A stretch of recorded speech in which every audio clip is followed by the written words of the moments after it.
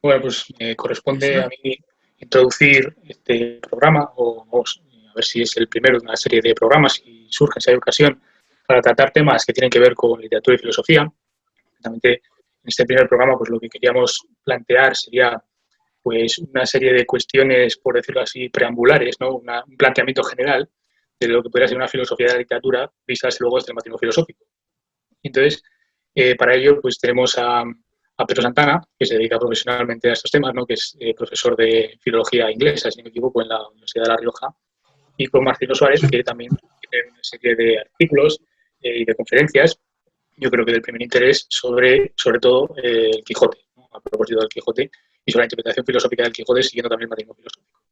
Pues bien, yo, hay una serie de temas que yo voy a plantear para ver si surge algún tipo de debate o algún tipo de una serie de rondas de intervenciones sobre esos temas.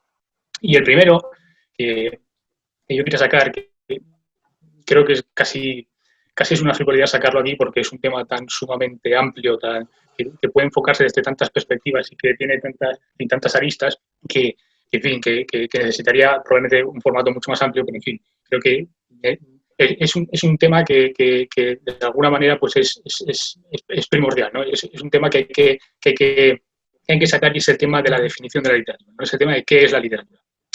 Y bueno, como digo, esto se puede enfocar desde muy diversas maneras y se puede ver desde muchas perspectivas. Yo creo que desde la perspectiva del matrimonio filosófico, la primera distinción necesaria que habría que plantear es la distinción que establece bueno entre definiciones porfirianas y definiciones plotinianas. ¿Eh? Esta distinción aparece efectivamente en muchas obras de Bueno. Probablemente el texto en el que de forma más afinada, más desarrollada, se desarrolla esta distinción, pues sea este texto que tengo aquí, el de la filosofía del deporte, ¿no? Donde se afina mucho sobre lo que son las definiciones plotinianas, diríamos, histórico-evolutivas, darwinianas, diríamos, frente a las definiciones porfirianas o lineanas, ¿no? Que funcionan mediante el esquema clásico escolástico de género próximo más diferencia específica, ¿no? Entonces, cuando hablamos de definiciones porfirianas, precisamente una de las conclusiones a las que llega este libro, el del deporte, es que el deporte no se puede definir desde una perspectiva porfiriana, sobre todo porque no es una idea unívoca, diríamos. Y también otra de las cosas que dice, bueno, sobre esto, cuando analiza este circuito definicional porfiriano, es que muchas veces las definiciones porfirianas acaban resolviéndose en definiciones puramente enumerativas, ¿no? Como cuando se dice que el deporte es natación, atletismo, etcétera, etcétera, ¿no? Inmediatamente yo creo que nos tiene que venir a la mente, ¿no? Cuando nos tiene que venir a la memoria la definición de maestro de literatura, ¿no? De la literatura es una construcción humana, racional, que se camino hacia la libertad, todo eso es una enumeración, una definición puramente enumerativa, porfiriana en el fondo, que yo creo que no se ajusta al carácter más bien análogo, o si se quiere, multívoco de la literatura, de la idea de literatura. Y aplicando estos dos formatos definicionales, ¿no? El formato porfiriano y el formato plotiniano a la literatura, pues yo he querido ver en un texto de Bueno, que es el artículo sobre el concepto de ensayo, precisamente del año 66, no me equivoco, cuando habla del ensayo y parte de que el ensayo es un género literario, que es el género literario por excelencia de la modernidad, él se detiene en las diferentes definiciones que ha habido sobre el género del ensayo en función de otros géneros literarios, ¿no? Entonces habla de Ortega y de otro tipo de definiciones, y hay un momento en el que dice: ante todo, me parecen metodológicamente insuficientes las definiciones de ensayo que no quieren trascender el nivel analítico empírico, sino que, acaso por temor a fantasear, prefieren atenerse estéticamente al material presupuesto, tratando de elaborar a lo sumo una lista de rasgos comunes que se hayan podido determinar, pero sin permitirse intentar una articulación de esos membra disjecta en un concepto. Bueno, entonces, pues cita la definición de un filólogo, de un tal Carballo Picasso, que dice que el ensayo pues es un género que se caracteriza por la variedad temática, el espíritu crítico, el afán personalizante, la finalidad pedagógica, etcétera, etcétera, ¿no? Es decir, es una definición porfiriana puramente enumerativa, mientras que para Bueno, la clave para definir el género del ensayo y otros géneros literarios, según dice, es introducir la perspectiva filosófica, que sería una perspectiva más bien histórico-evolutiva, plotiniana, ¿no? Dice, dada la naturaleza del concepto de ensayo, a mi juicio, es de todo punto imposible ofrecer una definición adecuada al margen de toda categoría de las que pasan ordinariamente como filosóficas, ¿no? Entonces, aquí lo que está introduciendo de alguna manera es la dialéctica entre conceptos e ideas, ¿no? Si la literatura puede ser entendida como una suerte de concepto que está circunscrito a alguna categoría concreta, ¿no? Y probablemente aquí, pues la idea de literatura más próxima que quepa entenderse como concepto, ¿no? Que va a conceptuarse así categóricamente, pues sea la idea de literatura en el sentido de bibliografía, ¿no? Cuando se habla de literatura científica, y en ese sentido, pues la literatura sí que tendría más o menos en el eje pragmático de cada ciencia, pues habría una literatura específica sobre unos temas concretos, toda ciencia tendría en su eje pragmático una determinada literatura científica, y en ese sentido sí que estaría bien conceptualizado, su contorno estaría bien conceptualizado, pero sin embargo, en el momento en el que extendemos esa idea de literatura a otros campos que no son estrictamente científicos, sino que tenemos que introducir pues, los diferentes géneros literarios, introducimos pues, yo que sé, la lírica, el poema épico, lo que sea, o otros tipos de literaturas. Por ejemplo, cuando se habla de literatura en el sentido digamos, técnico genérico, ¿no? En el sentido casi etimológico. La palabra literatura lleva la palabra literae, ¿no? Letras. En ese sentido, la literatura, en este sentido, digamos, este analogatum princeps, yo creo, de la idea de literatura, pues la literatura prácticamente se conmensura con la idea de escritura. Es decir, la literatura es más o menos todo lo que está escrito, ¿no? Y aquí entra, pues, tanto los poemas homéricos como un tratado de hormigón armado, como la crítica de la razón pura, por ejemplo, ¿no? Sin embargo, yo creo que la prueba de fuego de que la literatura efectivamente es una idea filosófica y que en ese sentido es plotiniana y que necesita un tratamiento histórico institucional y no porfiriano unívoco, es que esa misma idea de literatura ha cambiado históricamente, es decir, que ha variado históricamente. Porque si en ese sentido primigenio de literatura, como todo lo que está escrito, pues se puede meter tanto el Tratado de Hormigón Armado como los poemas homéricos, sin embargo, hay un momento en el desarrollo histórico de la idea de literatura en el que eso cambia. Y ese cambio se suele situar normalmente en torno a finales del siglo XVIII, ¿no? Con el romanticismo, cuando la literatura se pasa a entender más o menos tal y como la entendemos hoy. La literatura por excelencia es lo que los románticos llamarían pues literatura imaginativa, literatura creativa. Es decir, los poemas homéricos probablemente sí, pero el tratado de hormigón armado o un tratado de agricultura de Columela o de Palladio, pues no. Entonces, el hecho de que el definiendum haya variado históricamente, es decir, el material extensional que recubre la idea intencional de literatura haya cambiado históricamente, yo creo que es la prueba de que efectivamente la literatura se dice de muchas maneras y que por lo tanto hay que ceñirse a las propias instituciones literarias y a su evolución histórica para definirla y no partir como si estuviera ya dado de alguna manera el concepto, ¿no? Porque habría, en el sentido que lo toma Maestro, ¿no? Como un concepto con género próximo y diferencia específica, aunque esas diferencias pues, sean en algunos casos tan discutibles y gratuitas como lo de la libertad, etcétera. Y habría que partir más bien, digo, de la perspectiva esta histórica plotiniana del desenvolvimiento de las propias instituciones literarias y no tanto de ese concepto ya dado que en el fondo es puramente una petición de principio, a mi juicio. Entonces, a ver qué os parece este planteamiento y a ver cómo pensáis vosotros que se puede afrontar desde la perspectiva más bien de las definiciones plotinianas de la literatura. Pedro, Marcelino. Pues si os parece, intervengo yo. En principio, completamente de acuerdo. Yo creo que las líneas generales deben ir por deben recorrer ese trayecto, ese camino, ¿no?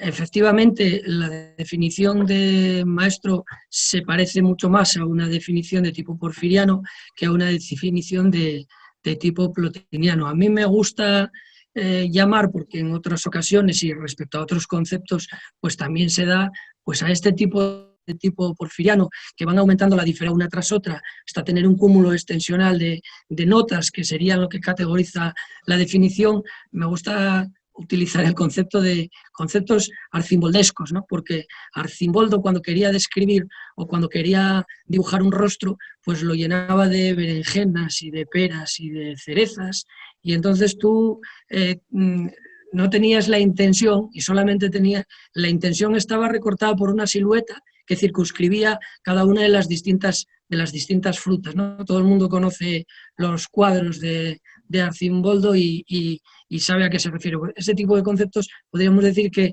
no sin cierta ironía, que son conceptos arcimboldescos, ¿no? Y que por lo tanto es necesario ir a los conceptos de tipo evolutivo. Y otra cosa muy importante es ¿por qué hay que ir a ese tipo de conceptos? Porque habría que ir a la quaestio nominis, a la cuestión del nombre, porque las definiciones de diccionario pues son insuficientes también, que es lo que hace la mayor parte de la gente. Y cuando no, lo que hacen es adaptar su propia definición a una definición de diccionario preexistente.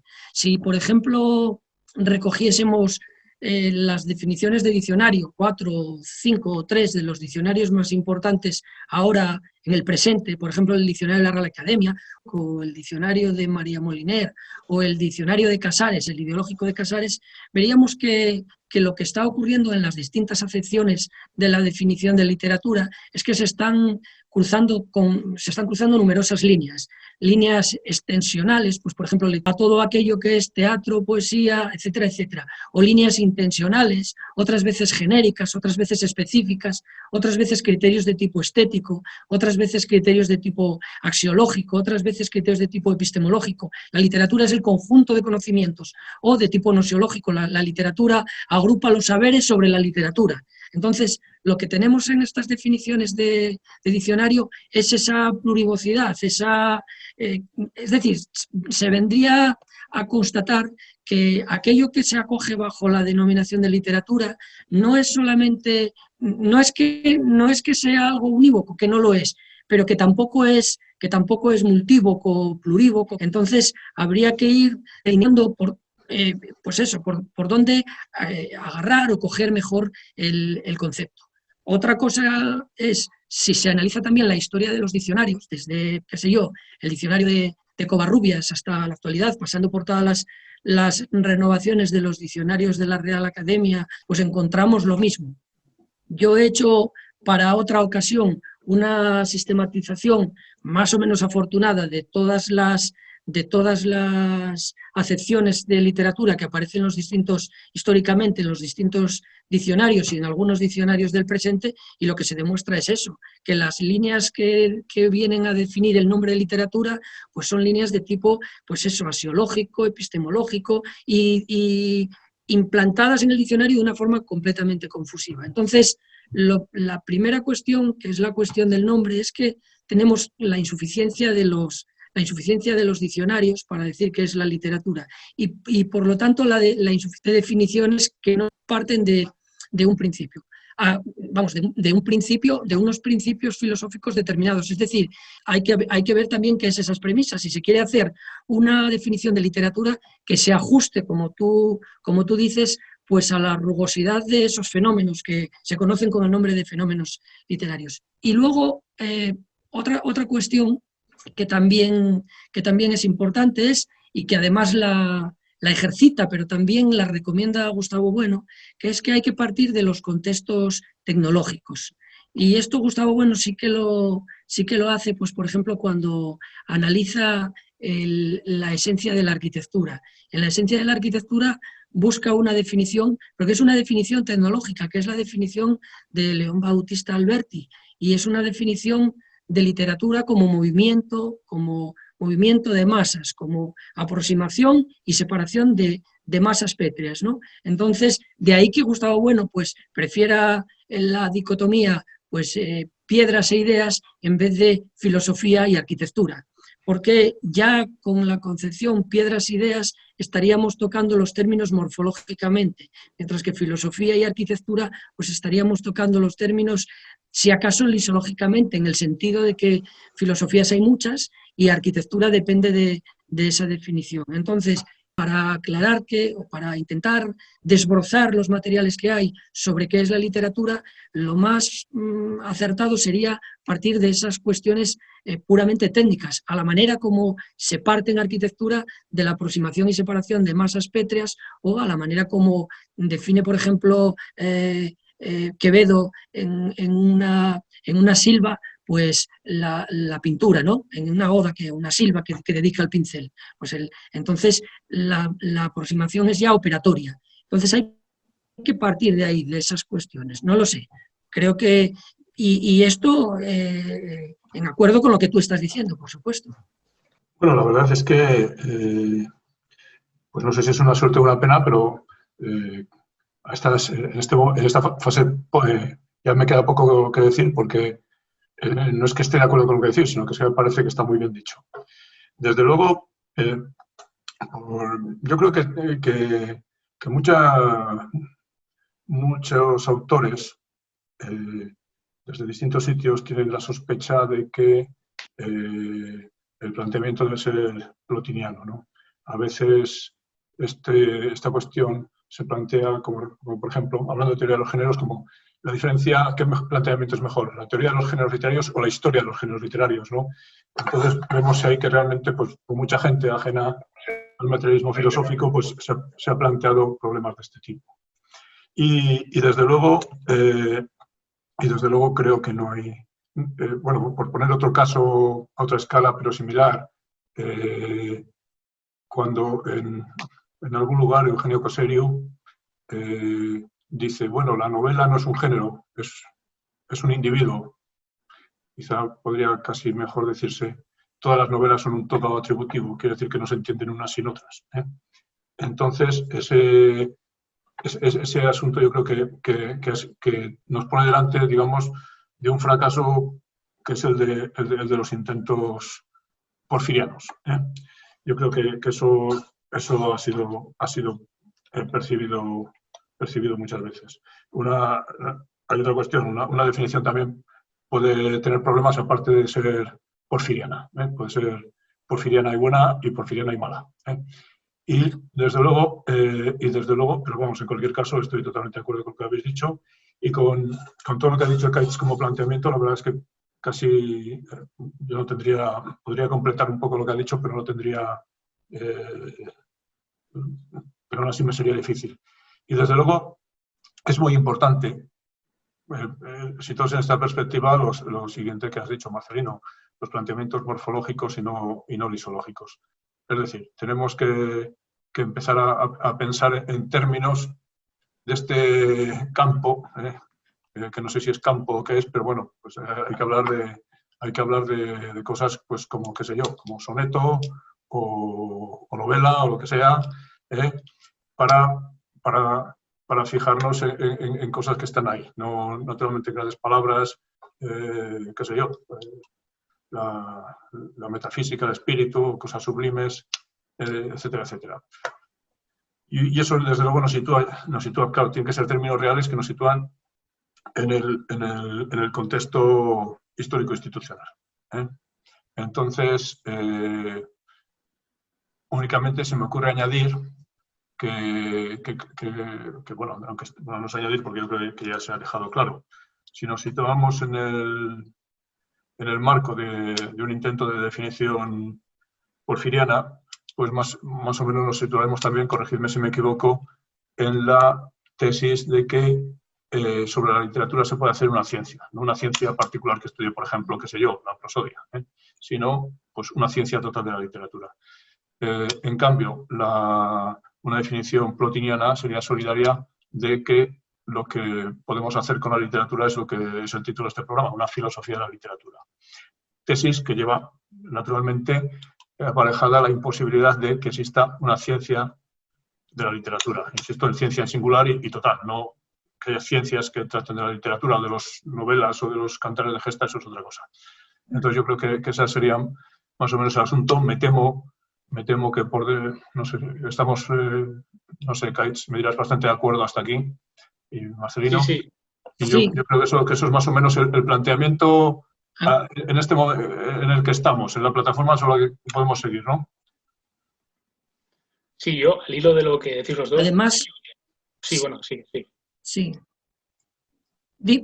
Sí, mira, no, que además uno de los riesgos en los que seguramente se puede caer y que se están ejercitando constantemente por los especialistas en literatura, porque aquí todo hay que decirlo, bueno, vosotros sí, pero yo no soy un filólogo, en este sentido soy un lector o una persona diletante en estos temas y tal, y que accede a ellos a través de, como cualquier lector, a través del materialismo filosófico. Pero uno de los riesgos, creo, en los que se puede caer es el riesgo de convertir esta idea de literatura, este concepto, en una idea pragmática, y que de hecho se ha ejercitado enormemente. Se ha ejercitado, por ejemplo, desde la literatura administrada por las universidades, por las facultades de filología, que tienen el poder de decidir hasta cierto punto pues cómo tienen que ser los currículos de las enseñanzas medias, y entonces la literatura existe ahí como una suerte de cebadero para mantener a los alumnos en las universidades, y la literatura tiene esa función. Pero aquí no se habla, por ejemplo, de poesía o de novela o de cuento, etcétera, ¿no? Otra modulación de la idea pragmática de literatura y unida a la idea de cultura tiene mucho que ver con las literaturas vernáculas. Las literaturas vernáculas pues son las literaturas de un idioma que se quiere oponer a otro idioma, y por eso, o a otra lengua. Por eso se habla mucho de literatura catalana. Ya en los últimos, en los estertores casi del franquismo, pues los libros de texto de la escuela primaria y secundaria pues llevaban unos apéndices en los que se reconocía los hechos diferenciales a través de las literaturas catalana o la literatura vasca, o pudiéramos decir, por ejemplo, en el caso de la Comunidad del Principado de Asturias, pues la literatura asturiana, ¿no? Ahí la literatura está funcionando como una idea pragmática, vía etnológica fundamentalmente, y otras veces se habla desde instituciones supranacionales de la literatura, y entonces, o desde la UNESCO, por ejemplo, se habla como de piezas patrimonio de la literatura universal, ¿no? Desde el poema de Gilgamesh, pues pasando por Cervantes y pues llegando, qué sé yo, pues a Sinclair Lewis, ¿no? Y entonces dice, estos son recorridos, pues el canon de Bloom, pues estos cánones literarios, pues son cánones de la literatura universal. Pero claro, el problema es que la literatura universal, si nos acogemos a la definición de ensayo de Gustavo Bueno, tendría que ver con una lengua nacional. Y entonces, ¿cómo es posible una literatura universal que viene dada en lenguas nacionales que son particulares y que, si no completamente, si bien es cierto que no son completamente intraducibles, sí que tienen luces y sombras, ¿no? Como diría el propio Cervantes en el Quijote, pues son como tapices que tienen por el envés, pues flecos sueltos. Entonces, si no encontramos desde una perspectiva nosiológica y acogiéndonos, y nosiológica aquí no quiero decir con ello que esté circunscrita a una categoría científica, ni mucho menos, sino utilizando el concepto nosiológico en ese sentido amplio que muchas veces Gustavo Bueno lo emplea, pues por ejemplo en la teoría de las instituciones antropológicas, pues idea que parta de estos contextos operatorios, caemos en el riesgo de utilizar la noción de literatura como una idea pragmática en virtud o al servicio de los gremios o de los grupos sociales o de los nacionalismos fraccionarios, etcétera, etcétera. Eso era lo que quería apuntar un poco, ¿no? Sin perjuicio de que de la otra manera siga operativa la idea pragmática, pero quiero decir que una idea filosófica no tiene que rebasar el horizonte de la idea pragmática. Esa impresión tengo, claro. Y yo, al hilo de lo que decís los dos, que me parece muy acertado el tema este de que hay que partir de una perspectiva morfológica y no lisológica, es decir, no hay que anegar todo el campo de la literatura, entre comillas, y por lo tanto no cabe hablar, como bien dices, de una literatura universal, ¿no? Esta idea de la Weltliteratur, ¿no? Pues yo el tema lo formularía de la siguiente manera, lo formularía en el sentido que lo hace el propio Bueno en un artículo del 77, el de la revista Juan Canas, cuando habla precisamente del anomalismo, él habla de la categoría del anomalismo de la literatura, ¿no? Él piensa yo que el anomalismo es un término que se utilizaba sobre todo en la filosofía del lenguaje de los estoicos, ¿no? Para oponerse sobre todo a la teoría aristotélica de que el lenguaje pues, no sería anómalo, sino que sería análogo, ¿no? Es decir, que hay unas analogías de proporción, si se quiere, entre las diferentes partes o categorías del lenguaje, mientras que para los estoicos no la había. Es decir, lo cual no quiere decir que los estoicos negaran la sistematicidad del lenguaje, ¿no? Entonces, esta idea, pues trasladada a la literatura, ¿no? Y trasladada a la literatura, sobre todo en función de los géneros literarios, porque donde hay que partir, más bien, no sería de la literatura in genere, la literatura en general, como un género anterior absorbente, sino más bien de los propios géneros literarios. Entonces, yo la formulación que os ofrezco para que la discutamos, si queréis, es la siguiente. Bueno, cuando discute una serie cuando discute concretamente el argumento que da John Locke sobre el nominalismo, ¿no? El argumento que da John Locke sobre los triángulos, sobre el triángulo universal. ¿No? John Locke, como es sabido, negó que el triángulo universal existiera porque un geómetra no puede dibujar nunca un triángulo universal, sino que solamente puede dibujar alguna de sus 3 especies disyuntas, ¿no? Que son pues, los triángulos escalenos, o los triángulos equiláteros o los triángulos isósceles, pero nunca puede dibujar un triángulo universal, ¿no? Entonces, esta tesis nominalista de Locke, pues bueno, la contesta, tienes un ejemplo que se podría poner, luego pongo otros ejemplos. Bueno, la contesta diciendo que es una posición falaz, porque aunque efectivamente no se pueda dibujar un triángulo universal sobre el plano, pues en esos triángulos concretos, en las especies de triángulos, los triángulos escalenos, isósceles y equiláteros, efectivamente se están dando una serie, se está reproduciendo en cada una de esas clases distributivas de la extensión del triángulo universal, se están reproduciendo la intención del triángulo, de la idea general del triángulo, del concepto de triángulo más bien, que se refiere precisamente a los teoremas de la trigonometría, ¿no? Entonces, ahí es cuando Bueno dice que el triángulo universal tendría el formato de una idea ajorismática, que Bueno denomina una idea ajorismática. Pasa exactamente lo mismo con los géneros de palanca, con las especies de palanca, ¿no? Las especies de palanca pues son 3, ¿no? Y el género de palanca está de alguna manera distribuido en esas especies, ¿no? Pero esto no quiere decir que el género universal de palanca no exista, sino que más bien existe distribuido en esos géneros, en esas especies, perdón, que entre sí serán disyuntas, pero que guardan entre sí la unidad de responder a la ley de la palanca, ¿no? De Arquímedes, etc. Es decir, que aunque esas ideas generales no se puedan dibujar sobre el plano, pues sin embargo las especies concretas de esas ideas sí que tienen, por así decirlo, una cierta realidad, que sería una realidad, un tipo de esencia que Bueno denomina ajorismática, es decir, que no hay separación. Pero lo que quiero decir es que en el caso de la literatura pasa algo parecido hasta cierto punto, ¿eh? Pasa algo parecido en el sentido de que no se puede escribir literatura en general. Es decir, igual que un geómetra no puede dibujar un triángulo universal, un literato, cuando se pone a escribir, tampoco puede escribir literatura en general. Escribirá en todo caso pues, un poema lírico, un poema épico, una epístola, un tratado de hormigón armado, lo que sea, pero no puede escribir literatura en general. Ese es el asunto. Es decir, la literatura no puede entenderse como un género anterior a las especies, sino que más bien sería al revés. Son las especies las que nos devuelven al género que ya no es un género anterior, sino que es un género posterior. No es un género anterior absorbente, sino un género posterior modulante.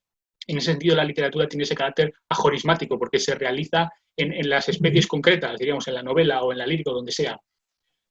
Pero aquí está la clave, la diferencia entre el ejemplo de los triángulos o el de las palancas y el ejemplo de la literatura es que mientras que en los triángulos tenemos los teoremas de la trigonometría, y aquí enlazo con lo que dice Pedro Santana sobre que no puede haber una ciencia de la literatura, mientras que tenemos una trigonometría en el caso de los triángulos y tenemos una ley de las palancas en el caso de las palancas, en el caso de la literatura pues no tenemos trigonometría, no tenemos unos teoremas que nos lleven a ver esa unidad entre las especies concretas de literatura. Entonces, la unidad del campo literario es problemática, por eso precisamente, porque si hay una unidad en la literatura, no es una unidad previa a las propias especies literarias, sino que son las especies literarias las que dan, en todo caso, posteriormente, unidad a la literatura.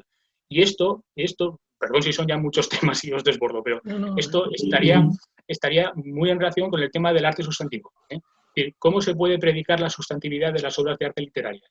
Es decir, la sustantividad es de la literatura en general como género anterior y a partir de ella son sustantivas las diferentes artes literarias, las artes poéticas como la lírica, la narrativa, lo que sea, o es más bien al revés, tesis por la que yo me inclino. Es decir, es más bien que la novela, la lírica o los géneros literarios o las especies literarias, si se quiere hablar así, históricamente han conseguido una sustantividad que después se puede aplicar al género posterior que será la literatura, es decir, que la literatura solamente es un arte sustantiva en la medida en que las diferentes artes literarias sustantivas son ellas mismas sustantivas. Yo creo que este es el problema. Yo creo que este es el planteamiento del problema. Entonces, a ver qué os parece, Pedro o Marcelino. Bueno, esto último se las trae, pero sobre lo primero que has dicho, yo no sé si puede resultar ilustrativo lo que voy a decir. Estaba pensando en el planteamiento de Aristóteles. Claro, Aristóteles pues, va a hablar del teatro y de la épica. Él tiene un criterio, bueno, todos sabemos, históricamente conoce lo que conoce.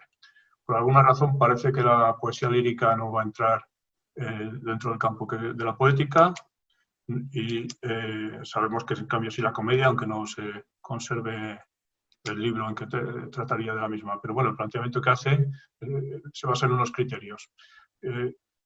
para Aristóteles, el planteamiento que hace es el contrario del que has hecho. Es decir, igual que hay 3 géneros de palanca, decir que hay 3 géneros de palanca significa que no puede haber un cuarto. Pues es algo así casi, ¿eh? Es decir, si no, dice, existen tales géneros literarios, 47, no puede existir el 48, ¿no? Esa es la fuerza del asunto. Y es la fuerza que hay en el caso de los triángulos, la fuerza que hay en el caso de las palancas y de tantas otras cosas. Pero en el caso de la literatura, pues no. Un intento como el de Aristóteles, tan potente, nos pone de manifiesto eso. Él cuando dice, bueno, pues depende de si si habla del poeta y los personajes o solo habla de los personajes. Así tenemos épica o teatro. Luego podemos aplicar un criterio de si los personajes están por encima o por debajo del espectador y tendremos tales géneros dramáticos. Bien, claro, eso no funciona. Desde ahora vemos que no funciona porque ha habido muchas otras cosas que ahí no encajan. En cambio, el primero que dijo lo de los triángulos ya nadie le va a llevar la contraria. Es imposible. Entonces, ese es el punto. Y lo que pasa con la literatura es precisamente que no sabemos, como no sabía Aristóteles, no sabemos lo que va a pasar y como pasa con tantas otras cosas. La fuerza del caso de la mecánica o de la geometría es que un teorema clasificatorio cierra. No dice que hay tales tipos de cosas, sino que dice no hay más. Aparte de lo que naturalmente pues, ya has explicado, de que, bueno, de que no solo no hay más, sino que tiene que ser cada triángulo individual que se pinte tiene que ser forzosamente uno de estas. No puedes hacer uno que sea de una clase 0. Entonces, eso es lo que falla. Yo creo que eso es tu planteamiento, que me parece que da, para decirlo ahora, la diferencia específica entre el caso de la mecánica, el caso de la geometría y el caso de la literatura, ¿no? Y tantos otros que van por otro lado. Y el tema que has planteado de la sustantividad, hay que decir que, eso para que lo sepan los espectadores, que desde luego lo habías planteado, pero eso es, y no podemos decir ni Marcelino ni yo que nos pille de sorpresa, pero es un tema especialmente difícil. Yo desde luego tiendo a pensar que las cosas van como dices tú. Tiendo a pensar, porque si no tendríamos que pensar que hay algo, un rasgo de la literatura que es lo que puede hacer esto. O sea, es decir, que no está la literatura primero, no está primero y no podemos decir que la sustantividad de tal obra de arte venga del hecho de que sea una obra literaria. Eso no tendría demasiado sentido. Esa sustantividad, incluso, por así decir, sería ajena al arte y ajena al género. O sea, viene dada por otras cosas. Es decir, dentro del mismo arte puede haber algo que sea arte sustantivo y arte que no. Y uno, ¿no? Puede ser algo funcional, pero también sustantivo.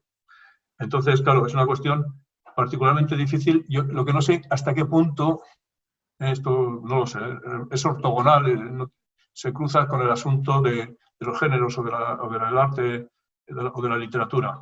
No lo sé.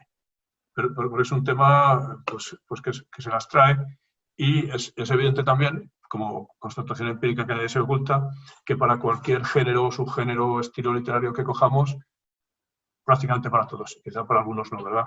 Podremos encontrar obras de arte sustantivas y también podremos encontrar obras de arte que no lo son. Y eso es lo que se me ocurre decir a esto. Me parece que Marcelino está... Sí, vamos a ver, está muy afinado lo que acabas de decir en virtud de lo que plantea Ekaiz. Y efectivamente yo también me inclino por suponer que la sustantividad de un arte hay que atribuirla a la obra acabada por el artista de la categoría artística que sea. Porque si no, también llegamos a otra cuestión que constante la vemos con mucha frecuencia en los periódicos y en televisión, etcétera, cuando, pues qué sé yo, los locutores plantean si esta obra es arte o no es arte. Dice, bueno, pues es que ha habido una obra aquí que esto es arte o no es arte, como si lo primero de ese ingenio fuese el que sea arte. Lo que están queriendo decir no es que sea arte o no sea arte, porque arte lo es, desde un punto de vista técnico, es una técnica, como lo son los artes de pesca. Otra cosa es la sustantividad artística de la que hablamos nosotros. Y si nosotros lo que planteamos es que por estar enmarcado en el ámbito de una categoría, llamémosla artística, un ingenio determinado, una obra determinada ya es arte, pues entonces ya está todo dicho. Es decir, pues todas las obras que hace Picasso son arte, todas las obras que ha pintado Goya son arte y así sucesivamente. El problema está en si son arte en el sentido de arte poético, de arte sustantivo. Y eso, si lo atribuyes a la categoría, pues ya das la solución. Pero esa solución es muy fácil. Eso es una solución muy fácil. Y de lo que se trata es de atribuirla al objeto preciso. Gustavo Bueno, sin ir más lejos, dice que podemos encontrar arte en numerosos ámbitos de la vida y que podemos encontrar arte hasta pues, en una línea de diseño de un automóvil que tiene, diríamos, una naturaleza principalmente funcional, o incluso en una conversación, es decir, una conversación entre cuatro amigos pues puede llegar a un grado tal de sustantividad que permitan decir que eso sí tiene una categoricidad artística, en el sentido de arte poético. Porque es que si no caemos en la otra. Aquí recuerdo yo al historiador Erich Hobsbawm, que tiene una obrita sobre pintura que se titula La Zaga. Y entonces él viene a decir que el arte de vanguardia pues no ha conseguido lo que pretendía y se ha convertido en publicidad y que por lo tanto no es arte. Más o menos vendría a decir esto, ¿no? ¿Pero por qué? Porque él está operando en pintura y en escultura en este contexto, está operando con una noción de arte que no contempla la posibilidad de un arte sustantivo y de que el resto de las obras sean también artísticas sin perjuicio de que no sean arte sustantivo. Es decir, que ahí es importante partir de un concepto que ya es filosófico de arte, porque aquí lo que se discute no es si una obra determinada es arte o no, sino que lo que se está discutiendo es frente a otras concepciones del arte, frente a otras filosofías del arte, porque las obras en sí mismas son objetos fenoménicos y que hay que descubrir su sustantividad.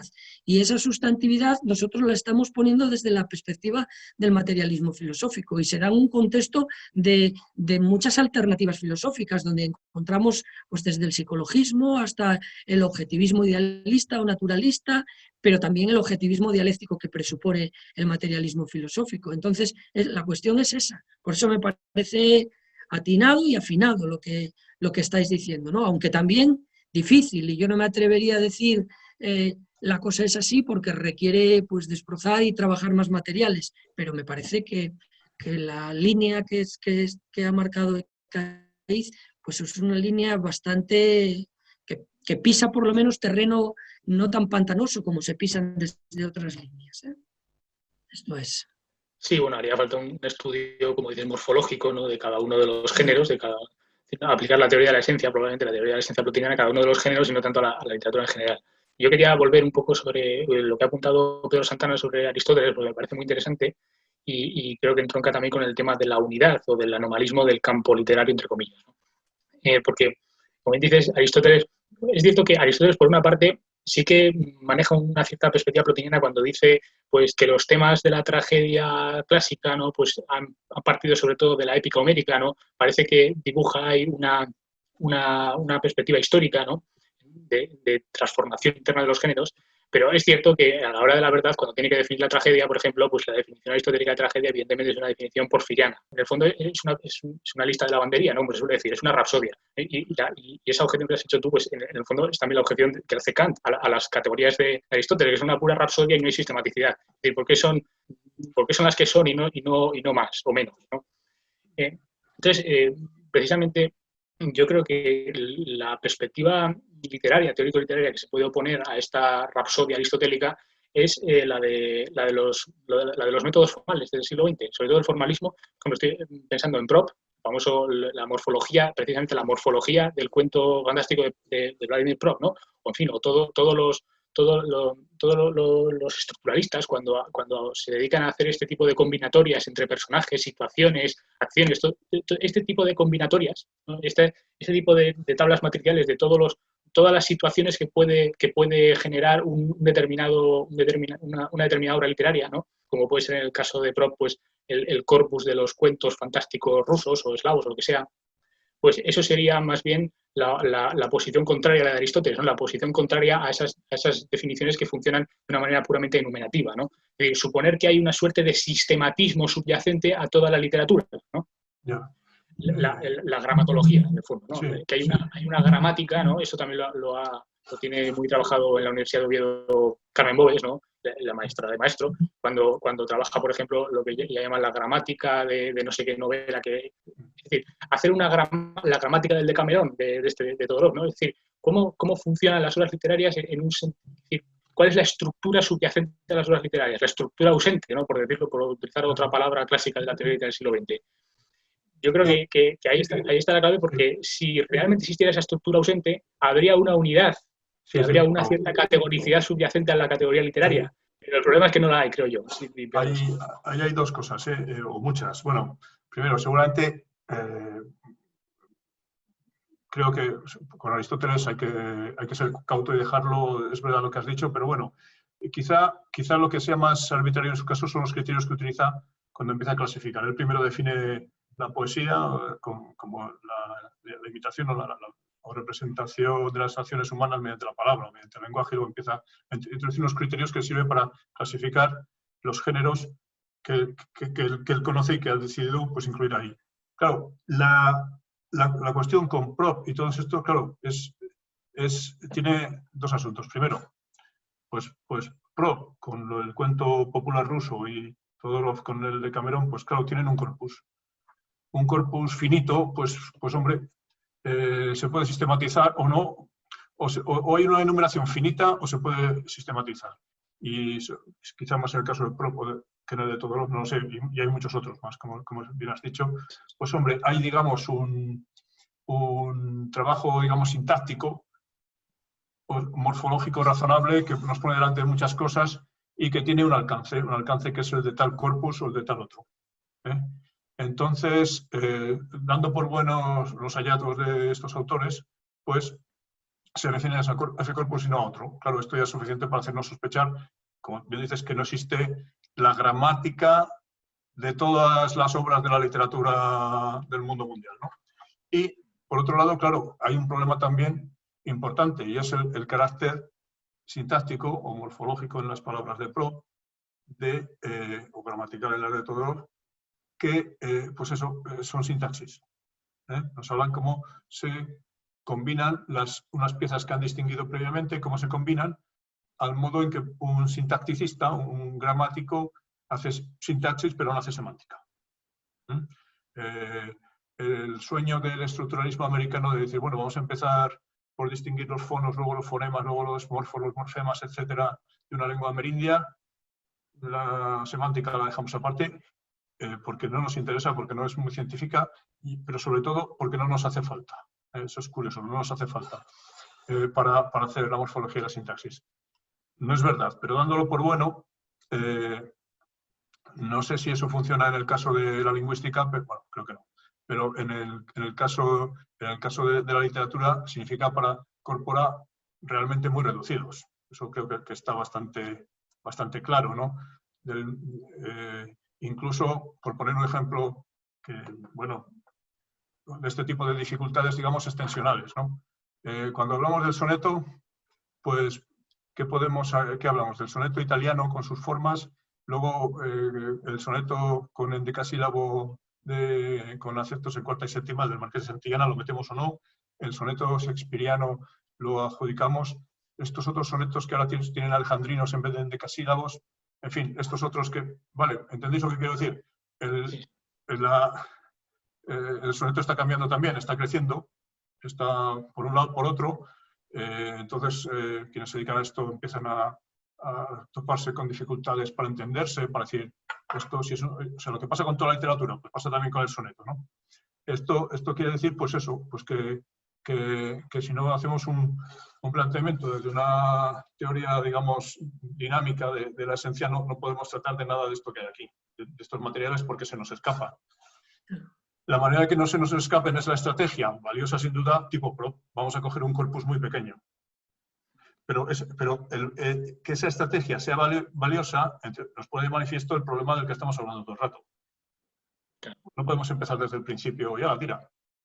Sí, es una petición de principio. Es el asunto. Lo que dice, bueno.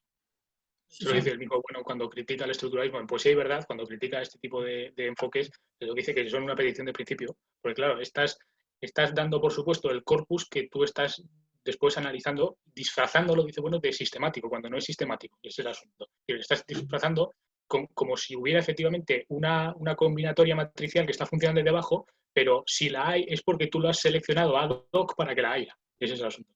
Ya, bueno, seguramente, no sé, habría que pensarlo también, porque podemos pensar también digamos, en dinámicas que tengan que ver con los autores, que se remedan unos a otros, que van realizando combinaciones planteadas de algún modo en obras anteriores. Ese tipo de cosas tiene su interés, pero es verdad. O sea, pero en cualquier caso, solo esa sistematicidad es más sistemática cuanto más reducido sea el corpus. Y además alcanzaría a uno solo de los estratos de los niveles que deberían ser pertinentes. Porque si nos encontramos con que la literatura es una especie de álgebra de mosaicos, de ver cómo se tesela algo, o de una combinatoria, pero que no habla de las cosas, pues ni literatura ni nada. Sería una actitud formalista que también se pierde en sus... con todo el interés que puede tener, se pierde en sus propias limitaciones. Y en ese sentido, pero claro, otra cosa es que esa estrategia tramposa, entre comillas, del estructuralismo también tenga su valor en su momento determinado. Bueno, por lo menos habría que suponer que habría conseguido pues un cierto cierre, al menos de nivel de términos K determinado, ¿no? Y entonces con esto expulsaba del campo cualquier otro tipo de ideas que a lo mejor fuesen pues más adventicias. No obstante, también expulsaba del campo pues interpretaciones de tipo simbólico, alegóricas, y entonces, claro, dejaba seguramente la parte más importante, como reconoce Bueno en los análisis que hacen poemas y teoremas. No solo hay que atender a las cuestiones literales autogóricas, sino también y entonces a las cuestiones de tipo alegórico, y entonces ahí ya involucras otra serie de materiales. Entraríamos en la cuestión esta de la ficción y de la verdad tan debatida, etcétera, ¿no? Que claro, sería saltar a un problema mucho mayor. O sea que no... Bueno, pero saltaremos, ¿no? Sí. Una cosa, ¿qué os parece ver este tema desde la perspectiva de la idea de campo, cuando Bueno la conjuga con la idea de espacio, ¿no? Porque todo campo tiene un espacio envolvente, ¿no?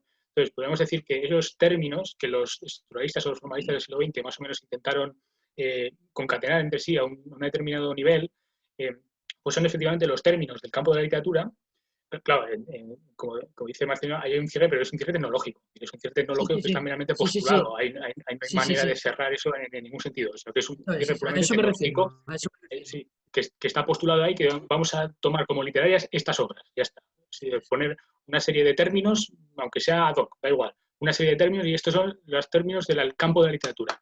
Y todos los demás términos que efectivamente para postular ese cierre tecnológico tienen que segregarse, estarían circundando de alguna manera el campo de la literatura. Es decir, el autor, las interpretaciones alegóricas, los símbolos, serían parte del espacio literario, por así decirlo. Es decir, a ver si veis vosotros legítimo apelar a esta distinción entre campo y espacio. Tal y como lo utiliza Bueno, pues por ejemplo, cuando habla del campo y del espacio de la realidad, o cuando habla del campo y del espacio antropológico, ¿no? Y de alguna manera el espacio literario estaría atravesando el campo literario, pero sin confundirse con él, porque las interpretaciones alegóricas, filosóficas o las instituciones sociales, etcétera, pues efectivamente están atravesando los términos del campo literario, pero sin confundirse con ellos tampoco, ¿no? Sin continuismos biografistas o historicistas o sociológicos, ¿no? A ver qué os parece eso. Sobre todo hay que ponerse a salvo de lo siguiente, creo. por las connotaciones que tiene el término campo, ¿no? Que de ninguna manera tendríamos que hablar de campo literario como si al decir campo literario ya estuviésemos delimitando un campo noseológico determinado, el campo de una ciencia, porque ocurriría algo similar a como pasaría en urbanismo, ¿no? Si la ciudad ya es por sí misma un objeto de la ciencia, es decir, de la urbanística, por ejemplo. Si la literatura ya es, por una parte, un objeto de una ciencia literaria determinada. Entonces, yo creo que la literatura no es el campo. Aparte que volveríamos a incurrir en el problema del objeto científico otra vez, porque la literatura aparecería como el objeto de una ciencia literaria. Y la literatura es campo de muchas ciencias. Digo que hay que ponerse a salvo de esto, no que no tenga sentido lo que estás diciendo, que habría que ponerse a salvo para no incurrir primero en la teoría del objeto, es decir, la literatura objeto de una ciencia, y segundo, que la literatura fuese campo exclusivo de una ciencia, porque me parece que son muchas ciencias las que tienen que ver con la literatura. Hay una distinción que aparece recogida en la teoría del cierre categorial, en los últimos volúmenes de la teoría del cierre categorial y luego en el glosario, que es la distinción entre ciencias etomáticas, conductas, como por ejemplo ciencias etomáticas serían la sociología, la historia, la geografía, y ciencias mitemáticas, que tendrían que ver más con mitemas y no con etomas, como por ejemplo podría ser también pues eso, la historia de la literatura. Entonces, la literatura, en cuanto conjunto heterogéneo y anómalo de objetos humanos que tienen que ver con las letras y con escribir, etcétera, pues sería objeto o formaría parte, en parte y no en todo seguramente, del campo de algunas ciencias etomáticas, como podría ser la sociología de la literatura. Y del campo de algunas ciencias que tendrían parte de tomáticas y parte de mitemáticas, como la historia de la literatura, pero después, pues, por ejemplo, la literatura comparada pues tendría mucho que ver con ciencias a lo mejor mitemáticas, porque aquí lo que comparas pues, son formas de escritura, estilos, personajes, géneros, etcétera, ¿no? Entonces, primero tenemos que ponernos a salvo de no incurrir en que campo de la literatura nos lleve a pensar que la literatura es el objeto exclusivo de una ciencia, para rechazar la teoría del objeto, al menos desde la perspectiva de la teoría del cierre categorial, que uno de los criterios fundamentales es rechazar la teoría del objeto. Y segundo, para rechazar que la literatura por sí misma constituya el campo de la ciencia, como cuando los geógrafos dicen el espacio es el campo de la geografía, o como cuando los urbanistas dicen pues la ciudad es el... No, es que la ciudad tiene que ver con la sociología, tiene que ver con la historia, con el arte y con la literatura, por supuesto. Con la literatura, pero con la literatura, diríamos, empleando la terminología de Bertrand Russell, tipo cero, a nivel tipo cero, no a nivel tipo 1 o tipo 2, que a lo mejor ya estaríamos en la filosofía de la ciudad o de lo que fuese.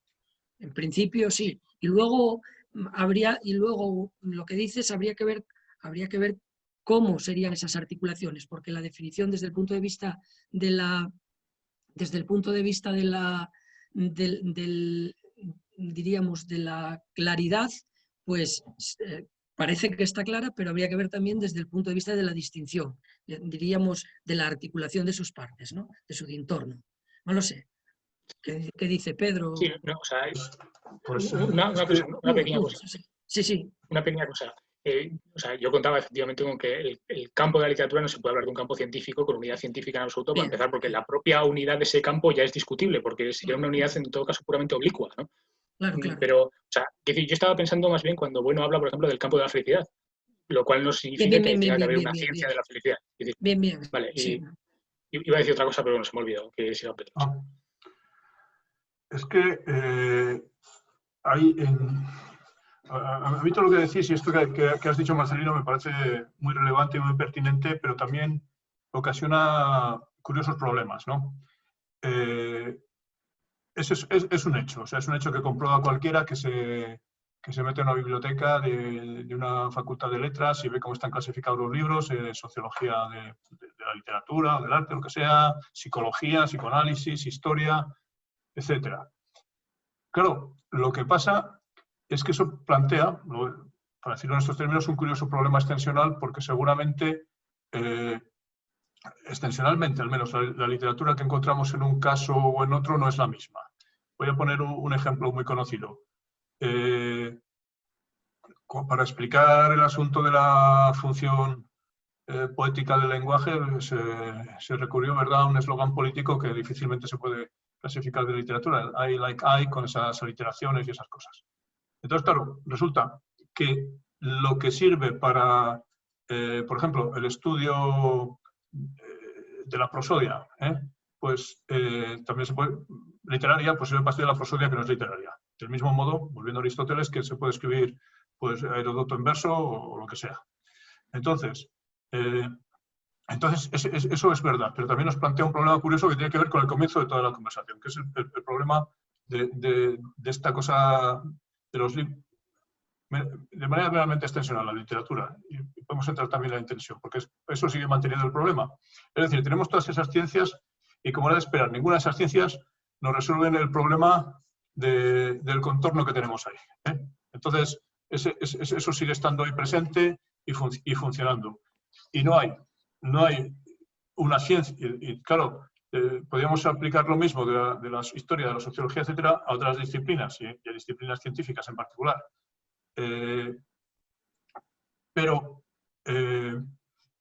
no nos resuelven ninguno de los, como decía, ninguno de los problemas que estamos manejando desde el principio. Y nos ponen otra vez de manifiesto, pues eso, que no hay campo y que no hay, insisto, no, una ciencia. Yo lo que no sé si Ekaitz, tu planteamiento primero del campo y el espacio tenía que ver con lo siguiente, igual te he interpretado mal. Supongamos, y estamos suponiendo muchas cosas, que logramos delimitar para alguna subregión de la literatura un campo determinado en que tenemos una serie de términos que podemos manipular y entre los que podemos establecer relaciones, etc. Ocurriría que ese campo estaría cruzado con un espacio que sería, si te he entendido, el de todas aquellas cosas de las que también hablamos cuando hablamos de literatura, por así decir. Sí. ¿Sería esto más o menos? Sí, más o menos. Más o menos. Entonces me da la sensación, y corregidme si estoy disparatando, de que lo que has planteado ahí es el problema del significado y de la verdad, de la semántica de la literatura. Sí.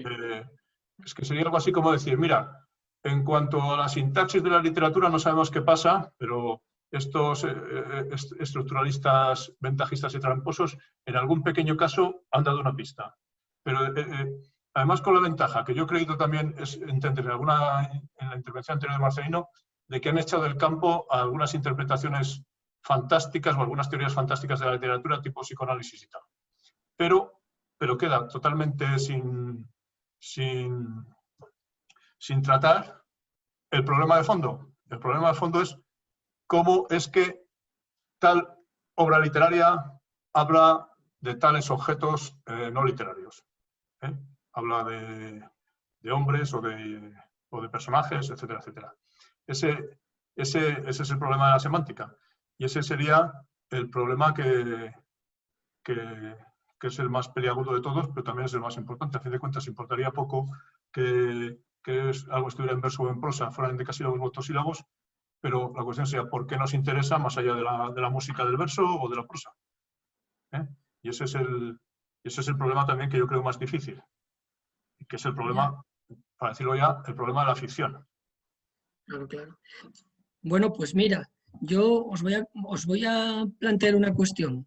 Ya salió este ejemplo y este autor en otra, a propósito de la filosofía de la técnica, pero cuando, por ejemplo, yo lo he citado a propósito de una interpretación en términos tecnológicos que hace, en términos de filosofía de la ciencia, que hace Luis Carlos, pero que aquí puede venir también al pelo en otros términos.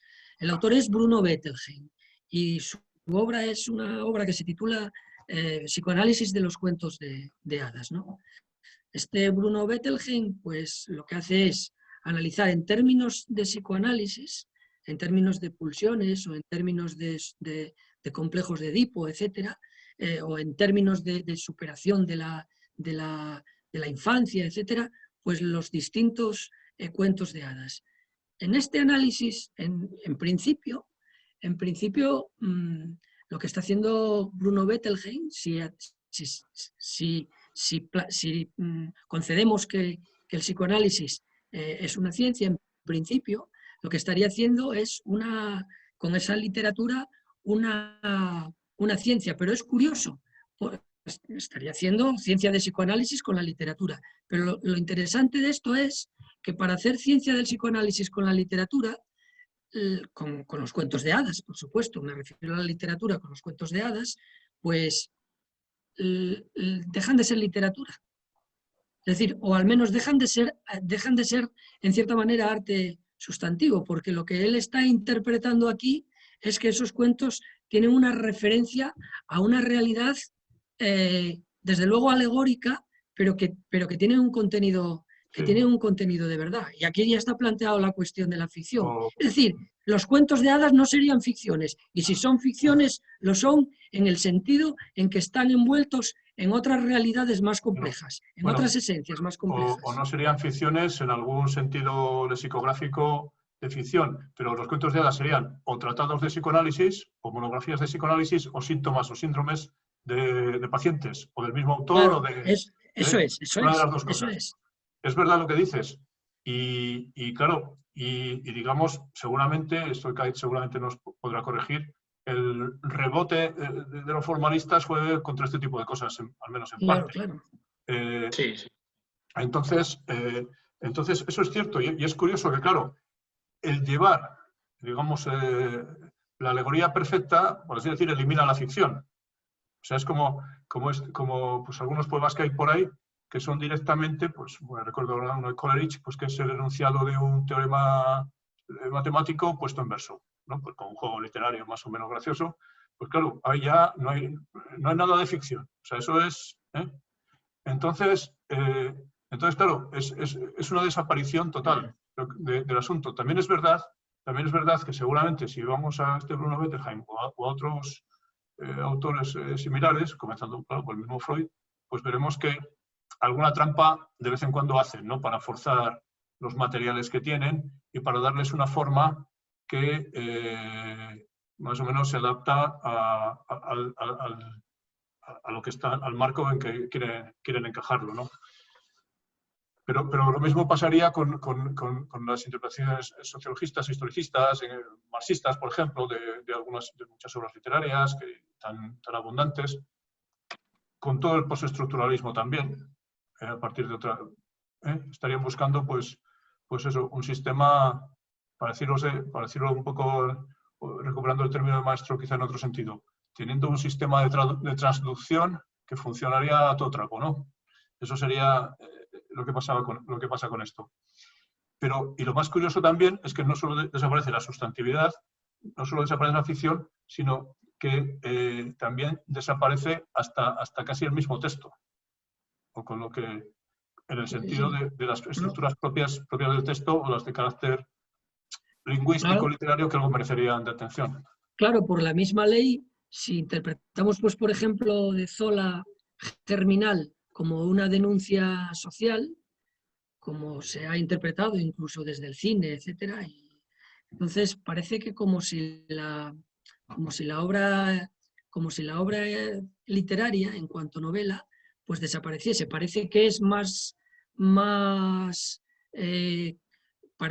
parece que es más natural en la medida en que la novela, pues la de Zola o la de Balzac o la de Cervantes, con bueno podríamos decir que es una novela científica, y en cierta manera por los arquetipos y por las relaciones que se van manteniendo en ella, ¿no? Pero si esto lo llevamos al extremo de analogarlo a una categoría científica, pues se destruye esa sustantividad artística. Bueno se cuida muy bien en La colmena, novela behaviorista, pues de analogar completamente la novela científica con la ciencia, y lo delimita y lo separa muy bien. Y me parece que con razón, por supuesto, que no estamos en obras de esa naturaleza, claro. Yo creo que algo de esto en en la mesa redonda de 2009, me parece, hablamos. Sí, sí. Hombre, se podía plantear un experimento que sería el siguiente. Partiendo de esos supuestos, cogemos Germinal y a la que concedemos una categoría literaria, un valor literario notable. Vamos a hacerlo así. Entonces lo podemos comparar con una... Seguramente alguien pues, más docto podrá encontrar incluso ejemplos de este tipo. Con una obra literaria que partiera también de los principios naturalistas, con todos los que esa ideología tenía de pretensiones cientificistas, etcétera, de las determinaciones de la fisiología y de la conducta humana a partir de unos determinantes materiales muy claros.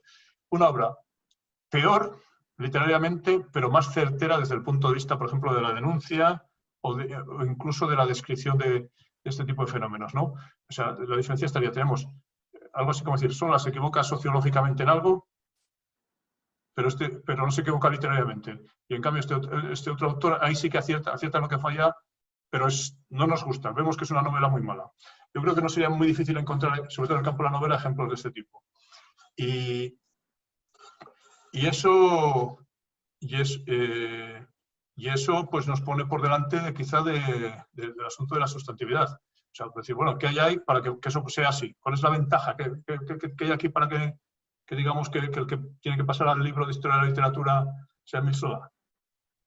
A mí se me ocurría... Sí, no, sí.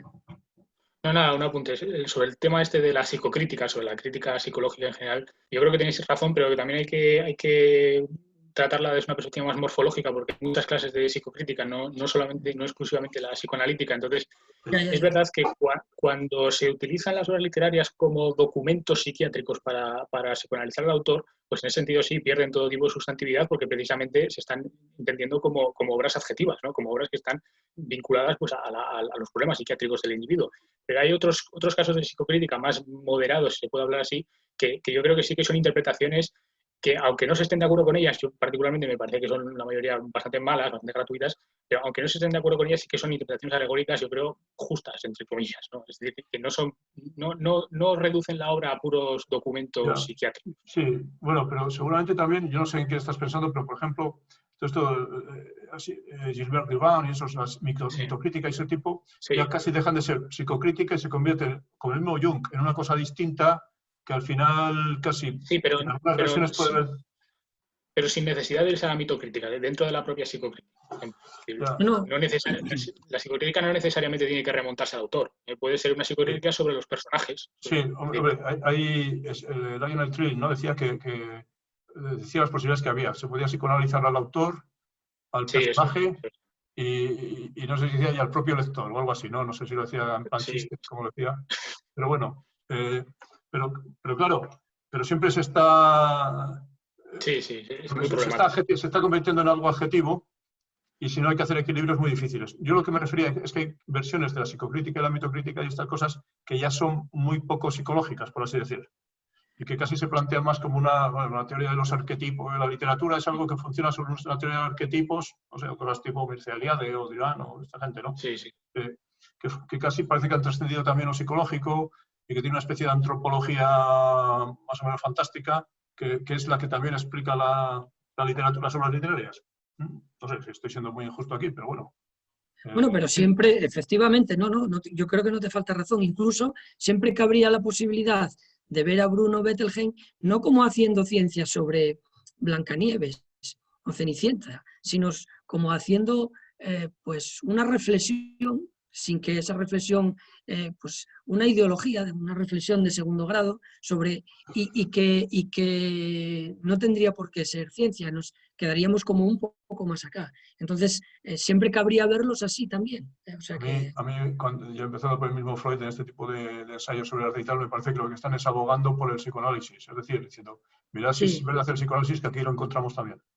Sí. O sea, ese es el asunto. Claro, ¿no? Ahí está la cuestión de cruzar los límites. Lo que quería decir antes es que a mí se me ocurría, y lo dije alguna vez, creo que incluso en una conferencia que impartió Ecaiz en Oviedo, la idea de símbolo práctico que maneja Bueno, pues en cierta manera, claro, Gustavo Bueno pone el ejemplo, ¿no?, de las flechas, el ratón, la tierra, que son entregados al rey de los persas y que se tiene dos posibles interpretaciones. Digamos que los términos literales están ahí y no cabría interpretar pues esos términos como simples flechas o ratones, sino que habría que meterlos como una suerte de discurso que le da un cierto cierre de alguna forma, ¿no?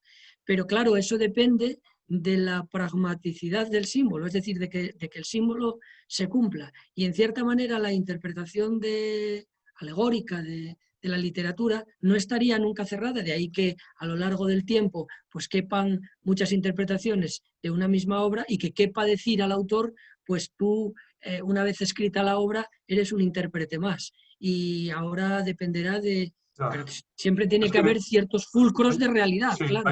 Claro, hay varias cosas. O sea, primero, este ejemplo de los tres objetos que guardan relaciones de sí, sintácticas, digamos, o de algún tipo y luego se interpretan, pues eso se encuentra pues, en el mismo Juan Ruiz también, por ejemplo, ¿no? Una similar. Entonces, eso, claro, supone, o sea, la interpretación alegórica supone que hay una estructura sintáctica más o menos estable, invariante y tal. Claro, eso a veces es mucho suponer. En el ejemplo este que tú citabas con otros parecidos, pues está clara. Hay tres cosas o cuatro y son de tal tipo, de tal otro, ¿no? Entonces, claro, de ahí a pasar que cualquier alegoría es buena o cualquier cosa que no es alegoría, pues no, porque seguramente esto tiene que ver con la negación del texto, ¿no?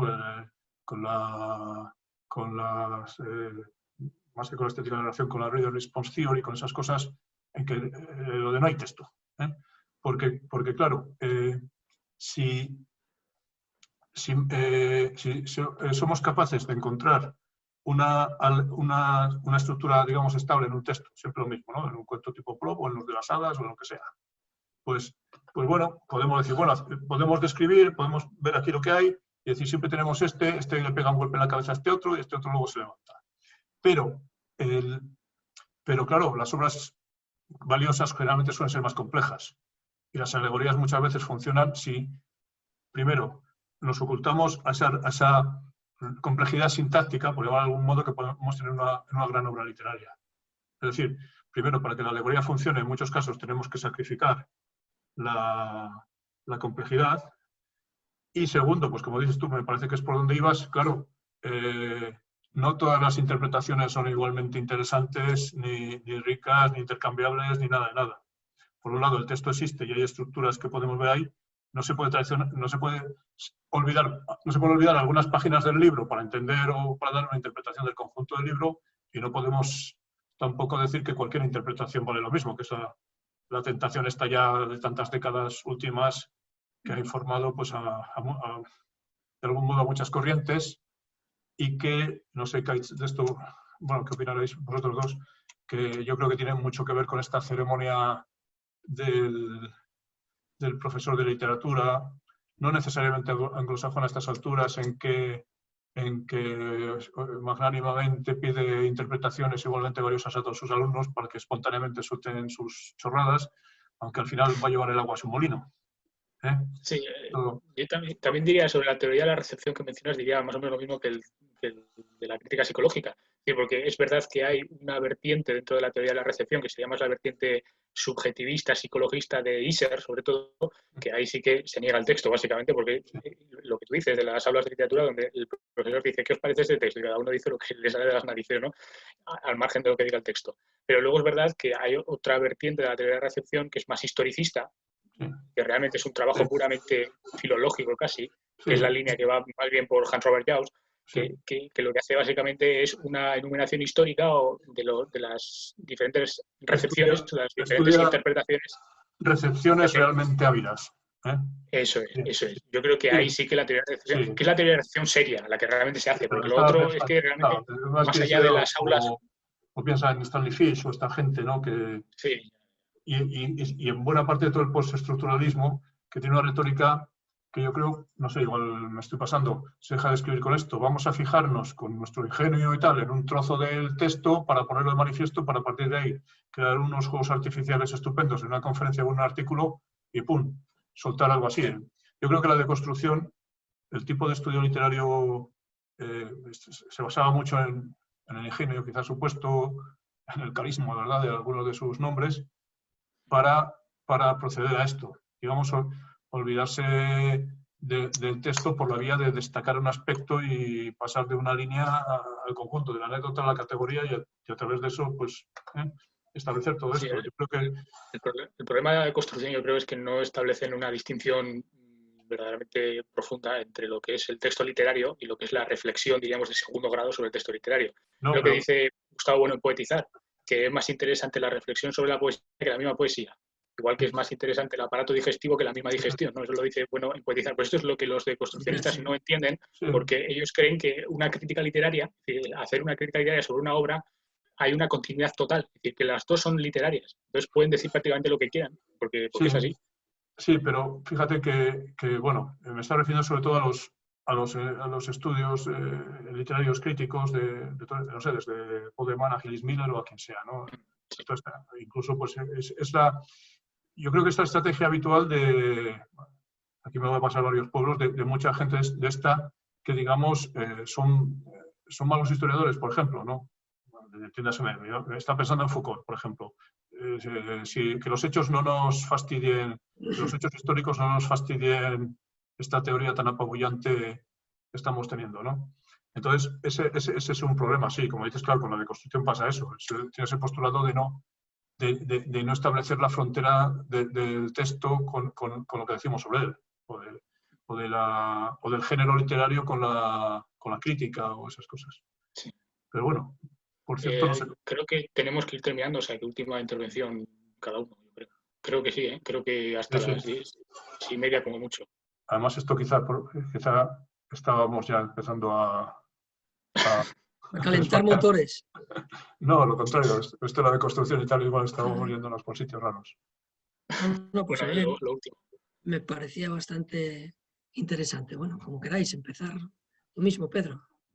Yo creo que si alguien ve esto dirá, joder, estos tres tíos, joder, que están demasiado de acuerdo, ¿no?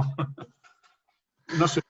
Yo la verdad, si esto tiene continuidad, es que me gustaría, con los temas que pueden seguir de la ficción y todo esto, seguir hablando. Yo estos días le estaba dando vueltas y a mí el tema que me parece la clave de todo esto, pues,